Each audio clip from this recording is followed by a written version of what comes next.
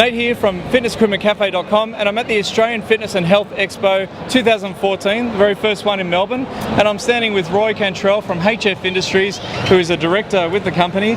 And Roy, welcome. Thank you. Just how's the show been for you? Show's been good. First show in Melbourne in a few years, Nathan, and it's been really interesting. It's been great to get the engagement of the Victorian, particularly the fitness industry, and yeah, it's great to be here. What have you got on display today, and what are you showing?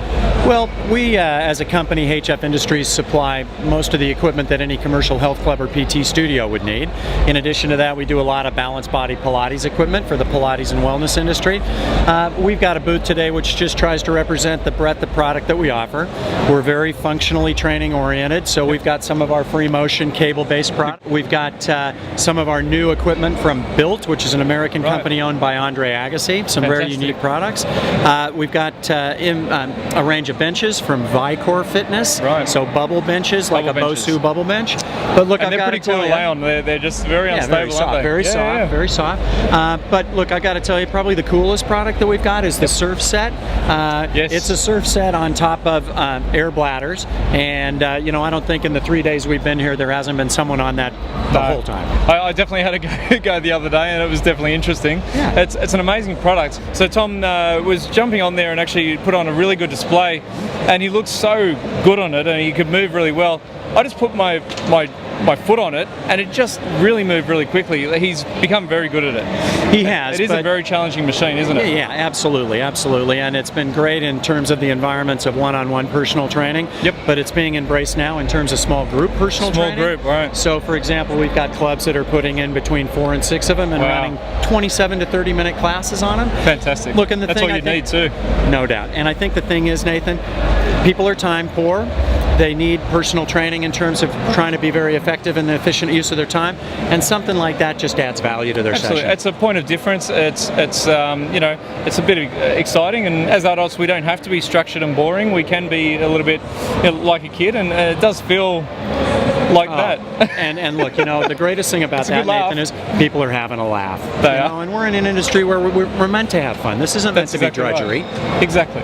Exactly. And that is a really great product. And I think with obviously over at least the last half decade, with small group training and fitness classes really trending as the dominant space in the market, that is a great little piece of and it does move up. It does fold up onto the wall as well. Right. It's not actually fixed onto the floor. Yeah, that's right. So, but it is very stable when it is on the floor. Correct. Hey, I just wanted to mention the other thing, which is also an emerging trend in the marketplace, which is the concept of virtual group exercise. Right. So we've released at this show, we released at the Filex show, a product out of America called Wellbeats.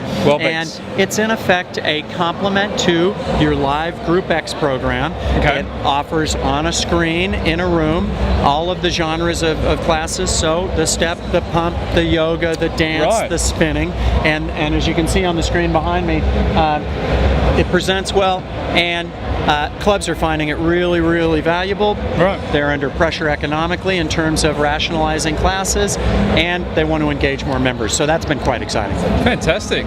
And so that's new to the market? That's brand new to the market. It has been in some clubs in Australia. They've purchased directly out of the US, but that company has appointed us as distributor because they want local representation and most importantly, local service and support. Right. And that looks like a little pod there that the instructor can go to, or a gym member as well? That's right, yeah. And they can just touch on that? Exactly right. So that's a kiosk on the wall that the management of the club can either schedule classes at certain times, or if there's no class scheduled, a participant can end up and enter information very simply, just with a fingerprint touch, and start a class on their own. Perfect. So much better than a DVD. Yeah, absolutely. That's right. Great. Well, look, I think the other thing that we're seeing is the emergence of Pilates into the commercial health club space. Health clubs have been running ultralight classes or MAC classes for many, many years, and they found those to be incredibly successful. So now they're moving into more sophisticated small group training using reformers. So our Balanced Body Allegro reformer is now finding itself into places like Melbourne Sports and Aquatic Centre, like Melbourne City Baths. So that's been fantastic as well. Yeah, and you really have been pushing that for quite a few years. It's not just something that's been new to you as a company. No, that's right. I mean, and the Pilates industry in Australia is the fastest growing Pilates industry globally. So the studios are doing a fantastic job of meeting the customer needs.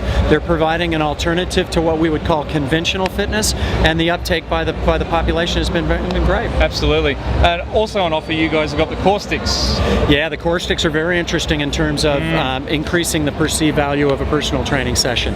So resistance by virtue of weighted rods, and really it represents what's happening in fitness today, Nathan, in terms of trying to be able to prescribe movement patterns for our clients that aren't determined by the machine. So in other words, the individual moves the way they want, and then the apparatus conforms to that.